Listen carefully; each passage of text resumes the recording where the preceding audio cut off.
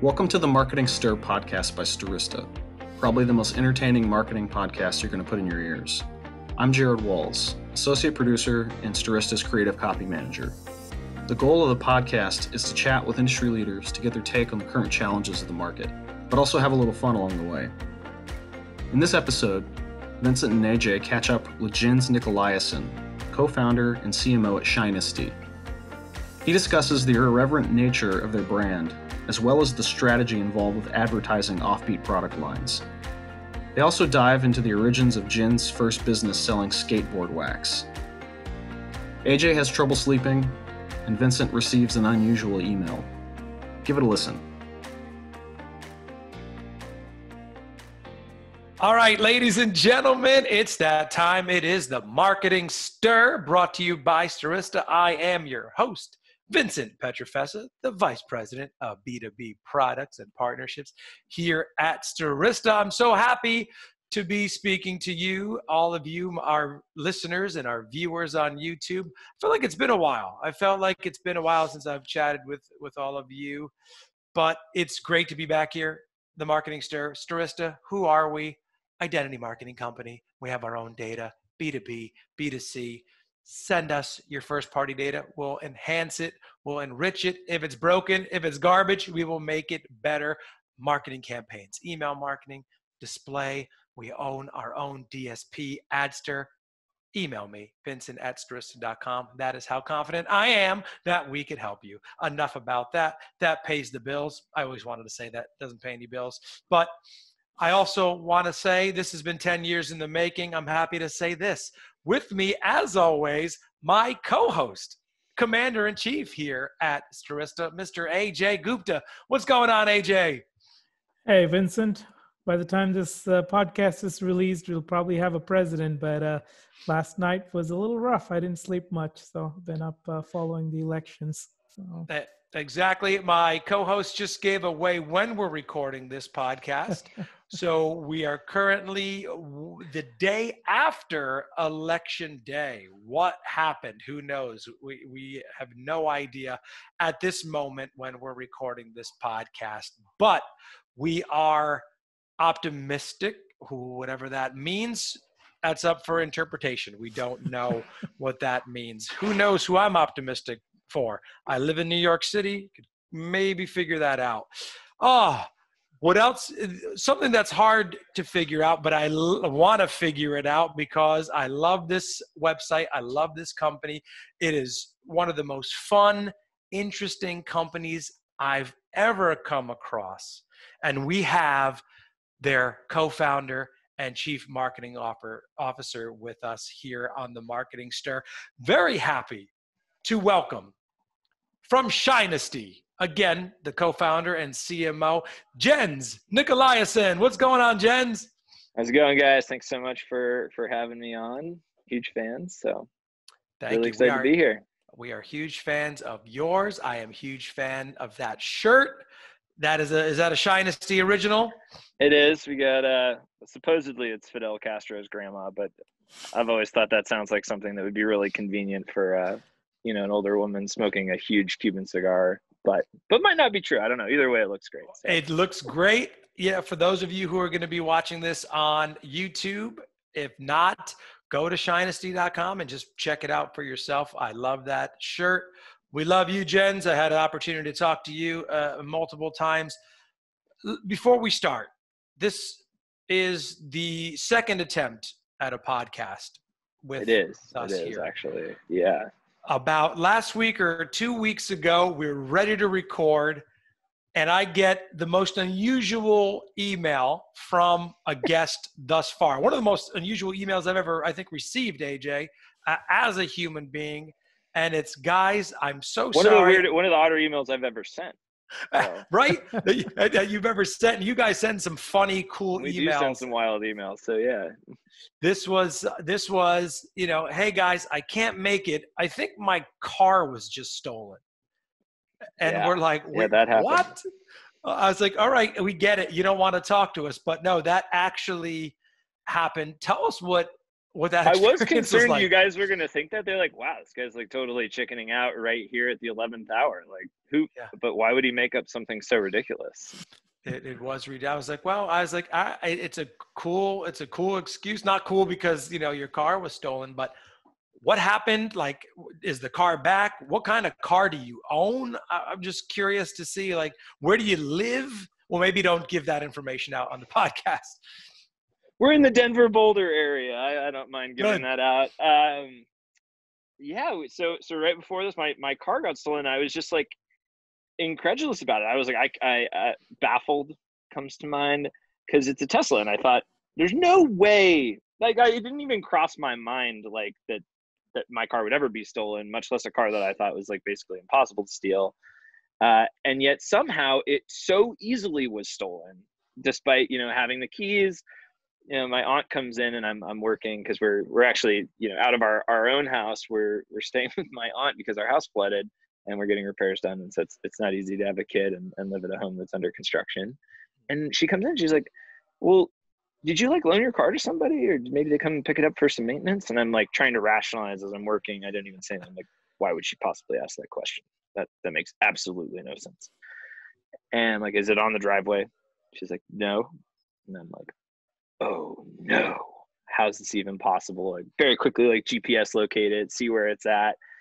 And, you know, to make a long story short, like we were able to recover it. I don't think the Denver police, they clearly have bigger fish to fry because they weren't super interested in investigating it. There was like a wrench, like our actual wrench sitting on the driver's seat when I got there. And I'm like, wow, boom, that's the smoking gun. We've got them.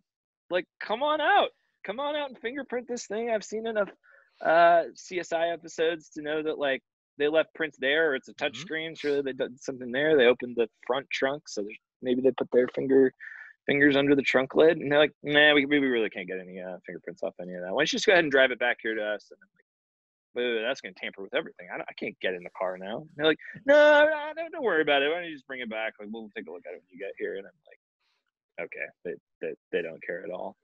That's crazy. So yeah, somehow I'm like left here thinking there's this like massive Achilles heel with this whole car brand. So hopefully I'm wrong. I know AJ said right before the call that he also drives one. So careful, AJ. Yeah, AJ's I'm in the going to San have Antonio to. area. I'm kidding. No, I think I'm going to have to try to think more about locking my Tesla. I just take it. I assume nobody's ever going to steal it. Yeah, when I heard that, I was like, that's the something. funny thing about assumptions is exactly. I was like, wait a minute, is this Newark? Like where Newark, New Jersey is like, we used to be like the car capital theft of the world. And I was like, this is insane. But my family's car was stolen when I was a kid. It was 1993. It was a brand new black Nissan Sentra. Now this is a Sentra. I mean, if you know the family of cars, the Sentra is like at the bottom of the Nissan family, and it was stolen right in front of our house. But that was in 93. I didn't think in 2020. 93. I'm imagining somebody just like takes a flathead screwdriver, smashes it in where the key's supposed to go, starts it right up, basically. Yeah, or just knocks on my door and is like, "Just here, give me your keys." You're like, "Oh, here, sir. Like, take my keys." Like, this is insane. But and what do you mean? Every movie you watch is like there's like that little kit. It looks like it's just like dust, and you just dust for prints. I know. My only thought is like they got bigger fish to fry. Apparently, you know, in doing all this research, you learn that like almost all stolen cars are to be used in other crimes.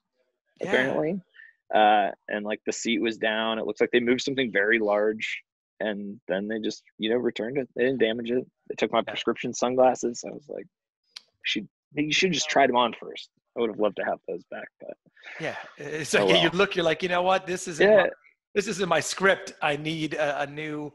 You can't resell these. You can't use these. You can't resell these. Just leave them. What a crazy story. I guess if anyone out there from Tesla is listening, would absolutely love to know how they did it. Still waiting for an email back. Yeah. So yeah, if you're listening, Tesla, both Jens and AJ would love to know about that. I do not own a vehicle. I live in New York City. That is crazy story. But Jens, let's get right into it. Tell people who are listening to this podcast about Shyness D?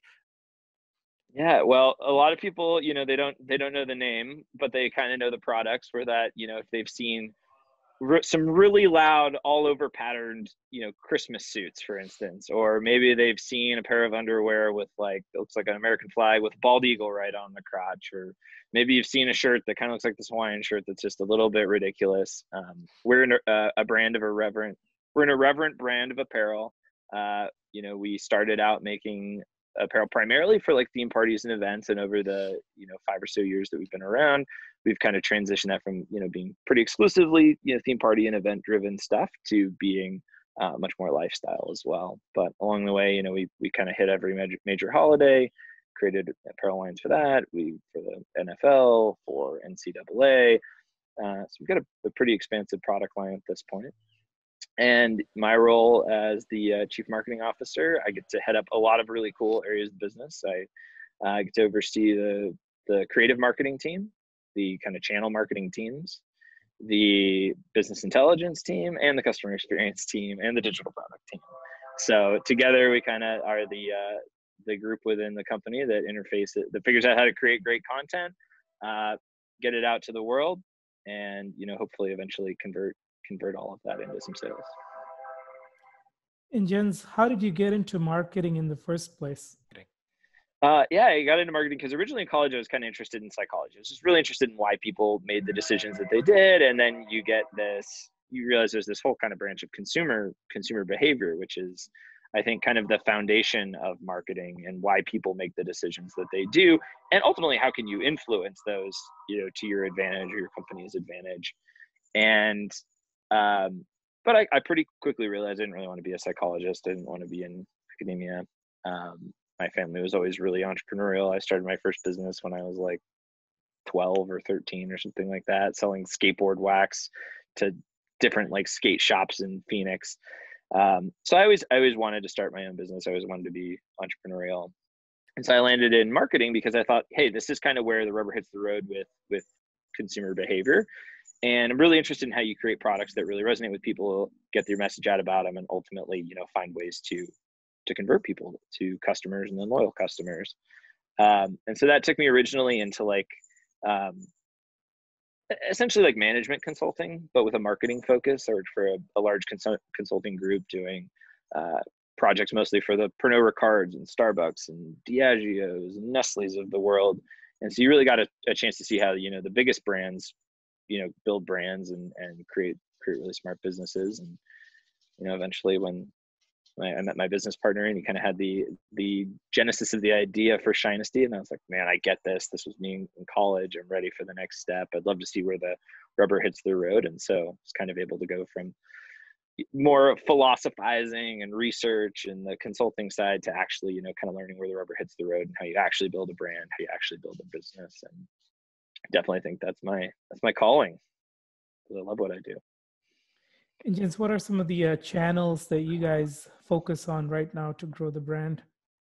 That's a great question. Yeah, I mean, we, like a lot of brands, do have a pretty large paid program that we've across search and social.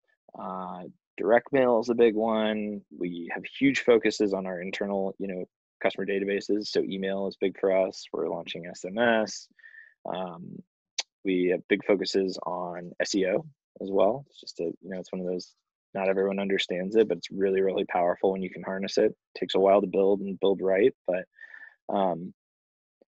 I think between all of that, and they're not necessarily channels, but we kind of consider the site a channel in a lot of ways, and figuring out how you constantly are making a better, higher converting site and surfacing the right products to the right person. Kind of becomes its own exercise in targeting and product market fit, in the same way that you're kind of creating target creative overlap when you do paid or something like that. And Jens, talk to me about the skateboard wax company. That did not come up in our research. Tell me about that. I don't think that one's where did you get this wax? LinkedIn resume. Yeah.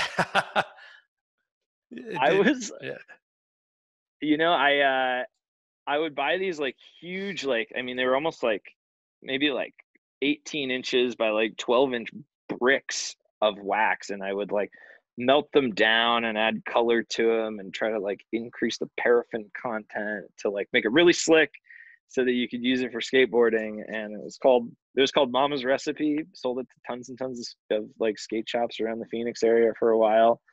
Kind of had a lot of fun doing that. It kind of fizzled out as I got into high school and found, you know, other passions. And but it was kind of like my family was always really entrepreneurial, and I was really, you know, interested in figuring that out even from a young age. That's awesome. You know, you hear like, well, I was in college and me and my buddy started something, but not at 12. And then I love that, like in high school, you were like, you know what? I'm not going to be an entrepreneur anymore. I'm going to move on to just like playing tennis or something. Yeah, exactly. In high school. That's crazy. That's awesome. Well, Jens, tell us about, like, you mentioned a business partner of yours and you kind of had an idea, but this reminds me of like, I'm like, thank you for this brand. Thank you for this company, because it's kind of like, hey, I still like to dress up. There's that right out of college, all those awesome parties you go to. But even as an adult, as a dad, I'm like, let me wear something fun. I'm still a fun guy. I guess maybe I'm not that fun if I have to say it, but who knows? But I love this idea and this concept. Because back in the day, you had to go to like the Salvation Army or a thrift shop to find some of this gear. And you guys have just made it new and fresh. Just, I guess it's a long-winded question of me asking, what prompted this to start? You more or less just answered it. Like, honestly, and credit where credit's due. My business partner, Chris, he's really a visionary guy. He's the CEO of the company. He's super smart. And, you know, when we met, he kind of had the genesis of this idea. And, you know, we've collaborated a lot on how it, you know, came to be through products and through the brand. But like, he had this insight that made perfect sense, which is like, in college, you have time and energy to go scour thrift stores. But when you get out of college, like, the parties don't stop. You just have like more disposable income to go to tailgates when it's not coronavirus. But other years, you go to tailgates and Kentucky Derby parties and festivals and things like this. You know, you get out of college and you have less time, but the parties don't stop. And so we wanted to kind of create a really irreverent, curated selection of products online that people could use for these events. And if that's kind of like the genesis of the products and the need behind it, we also had this idea that like we wanted to create a brand that was very distinctive and that talked to people like they were real humans and used entertainment in a way that, like, you know, it almost felt like the way you converse with your friends and family, and less like, you know, how all these other brands were trying to be really professional and stodgy, like, and talk to people in this super professional, straight-laced way. We wanted to create something that, you know, was as distinctive in product as it was in, you know, its brand and its voice and how it talked to its customers. So yeah, that's how the two kind of came about. Talk to us a little bit about, you know, how the creative process works, who's coming up with the cool designs you guys have. Great question. Yeah. This is like one of those things that very early on we were like, we need to own this in-house. This is going to be a core differentiator for us. We're not going to like pull prints off of Shutterstock. We're not going to, you know, do the minimum. We're not just going to use repurposed fabric to create these products. No, we want to create the coolest things. And we knew we needed to build those teams in-house. So, you know, we hired basically the funniest people we knew in college. We recruited the best designer we'd ever met. She had actually previously been doing like high-end apparel. And she'd been doing like high-end men's apparel basically for most of her career, but she just is like one of these visionary people where you're like, man, she can do whatever she wants. And she's built a team as well. And so it's something that we own in-house. You know, the creative process looks like, you know, thinking about what's going to be distinctive in this space. What do people want? What are the trends that we're seeing, you know, broadly, but also within our products. And if that, you know, is what the process looks like on the product side, on the brand side, it's similar. Like, we're, you know, constantly thinking about what are the challenges on email? What are the challenges in paid? What are the things that we need to communicate about this product? And then how do we not just say it in the, like, you know, bare bones, minimum viable way? How do we say it in a way that makes people like stop in their tracks and say, like, whoa, who is this brand? And where do they get off talking like this? And why is everyone not talking like this? It's kind of the lens we try to put things through. It's just, you know, why would someone give us 3 seconds and then be like, I have to spend more time with this brand? that's about all you get online. Gotcha. And do you see a lot of, I'm guessing you see a lot of Q4 activity, or is it more consistent throughout the year, or do you see a big holiday surge? It's also a great question. So historically, Christmas is just Christmas and the holidays are large for almost all retail brands. And then we have a, Christmas specific line of apparel makes it even larger for us. So especially in years past, it was like, we were doing 65 to 75% of our business in a 6-week time frame in Q4. And we've done a lot of work, over the years to become more of a lifestyle apparel company, to sell products that are relevant year round. And so we've leveled that out a lot. But just because we are in retail, because gifting and because the holidays are huge for everybody, and consumer purchase habits change significantly, we're still a largely Q4 company. And Jens, I got to tell you, I love the emails that you send out. I'm on, the email list. There's like one. It's like take a break from the election for a second, get in some Christmas spirit. Damn it, whether you're single, snip level married, or count your dogs as offspring. I love that. It's kind of like, it's fun, and I love how you guys are taking that approach. But was that the approach from day one? Like, let's just be different from everyone else. Totally. In broad strokes, our marketing philosophy, or our brand philosophy, is to entertain first and sell second. And we try to take that into everything we do, whether it's the image of a product, the ad you see on Facebook or Instagram, and email. It doesn't matter. Every single touch point should make you chuckle. And then, we should be trying to, figure out how we make you realize this product could have a place in your life. And that philosophy kind of stemmed from the fact that most people don't need any one of our random products at any given time in their life. You kind of have a pretty specific time and place, at least historically, when we were selling a lot of theme party event stuff, for say like a denim printed swim brief. Like, most people don't need that every, the moment they see it. So you need a way to like hook people and engage them and get them invested in the brand, even if they don't need to purchase any of the products that single moment. And so, if our philosophy is entertain first, sell second, email was just a channel that we knew was going to be big for us from the beginning. And it was one that, when we started this 5 years ago, and I think it's still true today, it's just a crowded, saturated channel. Like, people get a lot of emails. I don't think a lot of them stand out. And so we saw this opportunity of everyone sending this like new product alert, 20% off, followed by new product alert, 20% off. Like, that type of messaging gets really old really quickly. And so we wanted to create a content philosophy on that channel that would make people open their email and be like, whoa, I need to rethink the way I think about email, because this brand is talking to me in a way that no one else is. And for that reason, we've been able to, scale it really, really aggressively. Like, a lot of people, when they get on our list, they don't want to leave. And every time you open our emails, you should get a chuckle. And then you'll probably see a pretty funny product as well.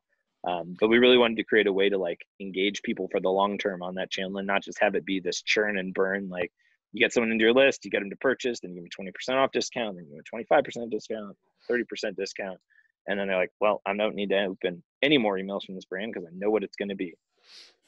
We try to be, continuously variable and incredibly entertaining. So you always have a reason to open our email, even if you're not in the market for our products. And correct me if I'm wrong, because I noticed this, again, being on your email list, and I'm wondering if it's an error or not, but I could actually reply to your email that they send me. You can reply. It's not a no reply email yet. It's not a no reply. Yeah, that's a guess. You said it more eloquently than that. It's not a no reply email. I feel like you could just be like, hey, Jens, what's going on? Or hey, customer service, this happened, or I love this. That's insane. Yeah, I mean, it started from a couple ways. Like, one, on the customer service, from a purely pragmatic standpoint, we don't want you to have to, like, if you have a problem, just reply to the thing that's in your inbox, like, to make it easy on people. We want to deliver great customer experience. And on the flip side, like, we started just seeing, people started like, we send some controversial, polarizing stuff out there. We know it's not going to be for everyone, but a lot of people, like, they were chirping right back at us. They were, we were pushing to get on them, but then they come push on us. And so we're like, wow, this would be a really interesting opportunity to take a one-to-many channel and make it a one-to-one channel. for those people that, for somehow think that they can reply, that they should reply to a mass, email campaign, the entire marketing team, the entire customer experience team, and most of the executive team will see your email. To be totally candid, and you will get a response, because if you're going to take the time to reply to an email campaign, we're going to definitely take the time to write back to you as well. Has there been kind of a one single instance where that you recall that you were really proud of for the marketing campaign that you guys put together? Email specifically, or just in general? In general. In general, it's top of mind right now because this is literally the in-home date for it. But I'm particularly proud of our catalogs. We've done a holiday catalog for the last 4 or 5 years. It's a huge production on our end. We try to make it, more like a magazine than a catalog. It doesn't look like one of those, it's probably seen like a B&H photo thing where it's just like pages and pages and pages of products on white. No, it's like a laugh out loud piece of content. It's highly visual. It's super topical this year. It's all about like the shit show that 2020 has been. And I'm incredibly proud of it. I mean, it's a lot of work, but it is by far and away the single coolest piece of content that we put out. And anything new coming up for the holiday season that you'd like to share with the viewers? Well, I think this is as good a day as any. We were waiting for the election to end, which didn't exactly happen. But yeah, today's the day that the whole 2020 line of Christmas product is released. So across all our categories, great pajamas. We've got pajama rolls. If you were thinking I don't know if I want overalls or pajamas, you can have them together now. Amazing line of underwear, suits, dresses, stuff for holiday parties. It's all out there now. Give it a look. And well, Jens, let's talk about something you touched on there. The coronavirus, right? It's changed parties, and it's changed, Halloween and maybe Christmas parties or holiday parties in a way. How have you guys addressed that at Shyness D? Yeah, I mean, it's been challenging because a lot of our business does revolve around people getting together and doing things in person that they're not doing this year. And so, candidly, a lot of that business has shrunk because people just don't need to buy things to go to parties because they're not partying. But we've been fortunate over the years to be really strategic in how we've diversified the business. And I think anybody building a business is, there's always this tension between doing too much and, spreading yourself thin but diversifying and just focusing maniacally on what you're doing and doing it really well. And fortunately, we've been able to gotten better over time at striking that balance, but we've worked really, diligently to diversify the business and not just be so reliant on those parties and events. And as a result, we have product lines that are absolutely thriving in this kind of incredible situation that we find ourselves in 2020. And that's a testament to kind of being strategic about that through the years, but we also have a team who's been really agile and really nimble in adapting to this, making creative that resonates with people in their new social context of being in their house all the time, promoting products in ways that make sense for, at-home life and coronavirus life. And our product team, creating a brand new line of masks, scaling our underwear business, hugely beyond where we expected it to go this year. That puts incredible pressure on the supply chain and on the marketing side and on the site, on literally every part of the business. And so we have a team that's been really agile and nimble and willing to kind of roll with the punches and figure out how we make lemonade this year. I like to ask some of our apparel brands and, e-commerce guests, if there was like a celebrity or an influencer who just kind of posted, hey, look what I'm wearing, this and that you guys were like, oh, wow, look how cool so-and-so is wearing our stuff. You don't want me to just say somebody that's got the most followers, because I'd be like, oh, cool, bang for your buck. Oh. Yeah. No, the person that embodies the brand. Man, if it was the 80s or 90s or whatever, I'd say Brian Bosworth, somebody who's just the Boz. The Boz. think of him. I think of maybe the Gronk, somebody who parties, somebody who's got a sense of humor, but like, also, gets his shit done. Who I get really mistaken for sometimes because of my haircut. And they're like, I see. Yeah, Gronkowski, totally. I'm like 6'1", not 6'7", and only a wedding ring, no Super Bowl rings. But has there been a celebrity who's worn your stuff, who posted something? Oh my God, over the years, yeah, there are tons. I'm like struggling to remember of one off. But the thing that actually broke that blew up the brand originally was the Today Show like featured it, like, and they were like, oh, look at ShynessD.com. They don't even like do that today when they like feature brands, I feel like. But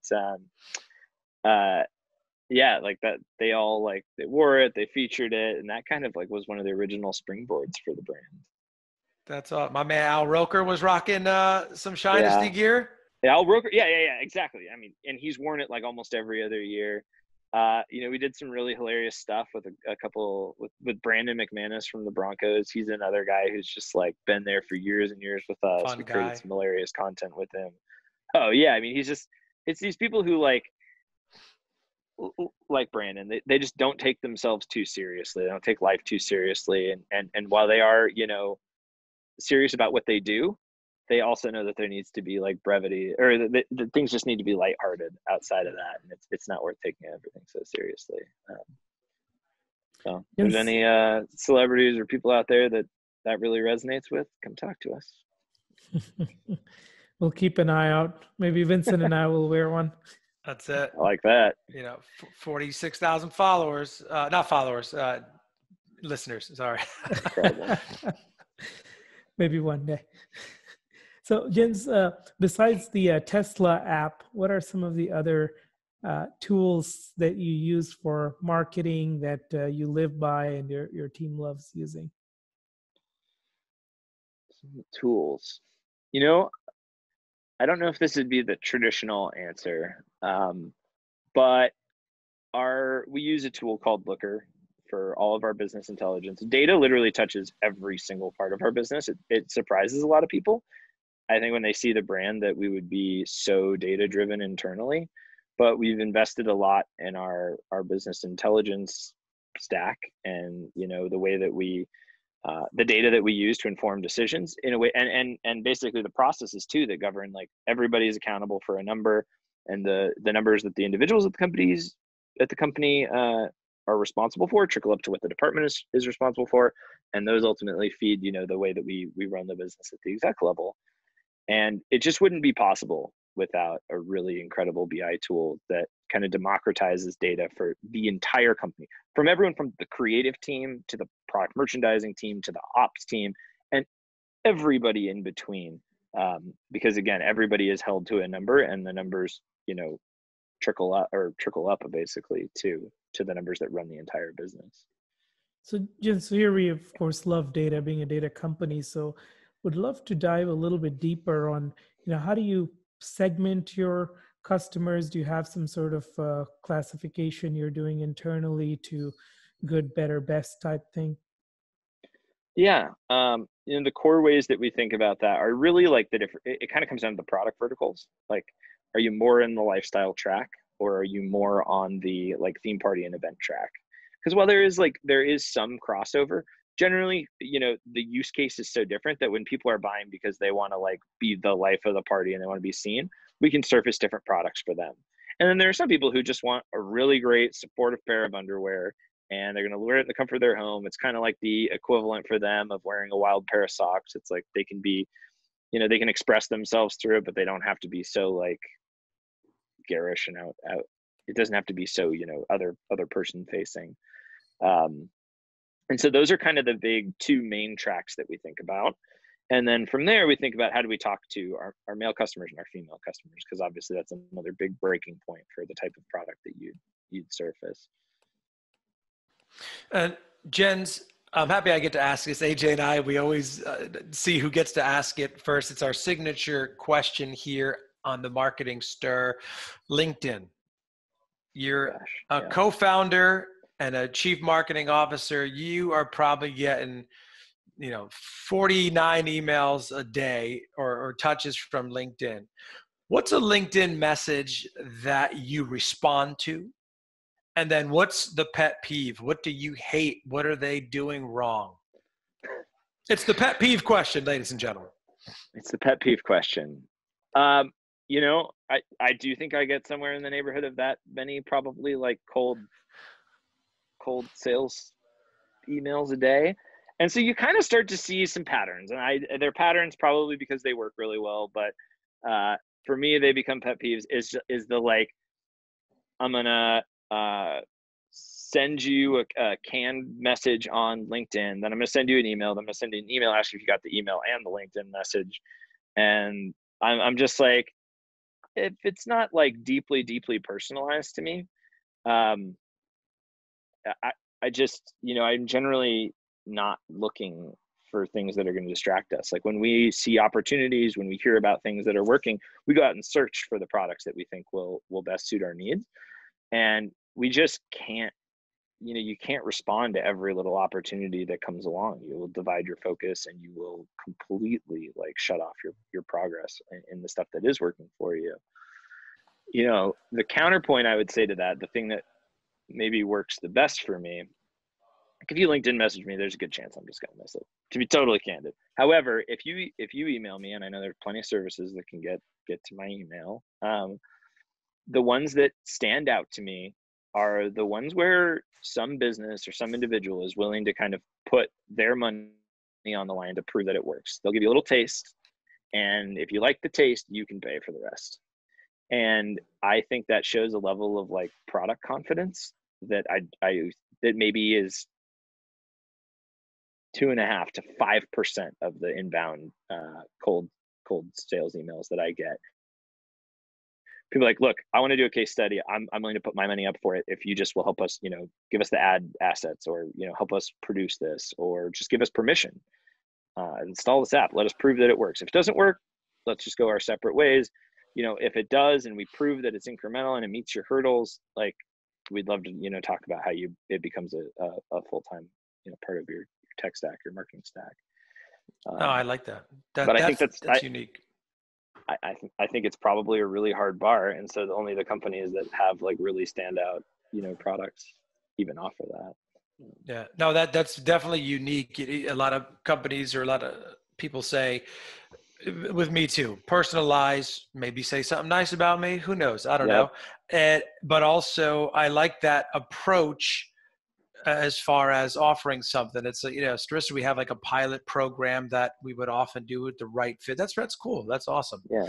And it's not just the like, I'm willing to give you a free trial, because like that still is often a lot of work on our end. It's when people are like, let us do the work, let us prove that it works, and then if so, you guys will pick it up and run with it. You know, in a lot of cases, that becomes almost a no-brainer for me. That's cool. Yeah, no, our listeners are going to love that. That's awesome. And then, Jens, look, this is not all about marketing, this podcast. Let's get to know you a little bit. You have a little one. Tell us about your little one. Tell us about what you've been doing. What are you interested in? Yeah, I have a 10-month-old son named Henry. He's absolutely the man. He was born on Christmas Day, so he's coming up. Yeah, Christmas. So we're figuring out how we do that. Yeah, we're like, we got to figure out how we make that special, and don't play into all the stereotypes of being too close to Christmas. So yeah, I mean, my life has become, you know, largely dad life. You're the vet. You probably have the best advice I've heard for that. I'm kind of learning it one day here at a time. But you know, between trying to grow the business and become a dad, that's a, you know, that's enough. Yeah, jobs, it feels like right now. Yeah. That's a lot of time. Yeah, I have a 6-month-old and a 3.5-year-old. AJ's the vet in my mind. He's got a 7-year-old, and I get my advice from AJ Gupta. You know, a lot of advice in general. Let's hear it. What is your best piece of parenting advice? I know it already. Oh man, probably the best thing is to teach them how to nap. Yeah. Good sleeping. AJ's a napper himself. As they get to 4 or 5, it's the best thing, because then your wife can't complain that you're napping, because the kids are napping as well. So exactly. It's recharging their brain. That's beautiful. It's great for everyone. Right. Right. Yeah. I'd have to agree with that. Baby's not sleeping, nobody's sleeping. No, I'm going through that right now. Yeah. So, Jens, being an entrepreneur, what's kind of one thing that was really hard that you guys thought might be easier starting off? I think we were incredibly naive about operations, and specifically around fulfillment. We originally started the company selling vintage clothes because it allowed us to test a lot of what we call like themes. Think of like USA, the 80s, Christmas, Western. Those are like themes that we thought of different parties and events. And then that's multiplied by different product types. Windbreakers, ski suits, shirts, shorts, swim trunks, right? And so you have like, to figure out if we could get, proof of concept for this business, you had tons and tons and tons of combinations, way too many to go out and produce the product line to start, at least with, my business partner and I bootstrapping it. And so the nature of all these combinations meant that we kind of needed to do fulfillment on our own. Our product set didn't really lend itself well to a third-party logistics company. And so we started doing fulfillment on our own. It was just something we grew in-house, with Chris and I originally packing all of the original packages, and then eventually hiring interns for that. And then our first real employee to really take over operations for the company. And it scaled up to where we operate our own, 30 something thousand square foot warehouse here in Denver. And, that's got its own huge team. But along the way, we broke that process and all the software probably, 3 or 4 or 5 times. And it's great because now it allows us to do things, and customize the experience and be really cost effective, and do like the experience and make it really great for customers. Packages get out really quickly. We can do things and put things in packages that other people who don't own their own distribution centers can't do. But I got to say, getting there was, it was really challenging. And unfortunately, like Murphy's Law, something's going to happen when you are least prepared for it. It always seems to be like Christmas season when people need it. And we just either didn't have the manpower, or the software was breaking on us, or we didn't have the space, or something, or the product was arriving late. And so, I think we were just kind of like really, really good at selling, and we weren't always operationally prepared for the demand that we created. So it's just part of, starting a business is kind of, it's natural. It's every business. You should hope that you get to break some things along the way, because it'll mean that you hit a ceiling and you're about to do a step function. But I think, we're a lot better now about anticipating this and building the blocking and tackling to anticipate these things. But it's really hard in the moment, and before you've experienced it a couple of times, to know what the warning signs are that you're about to, hit one of those inflection points. Probably any advice, final thoughts for people who are looking to start their own business or about to start their business? Definitely.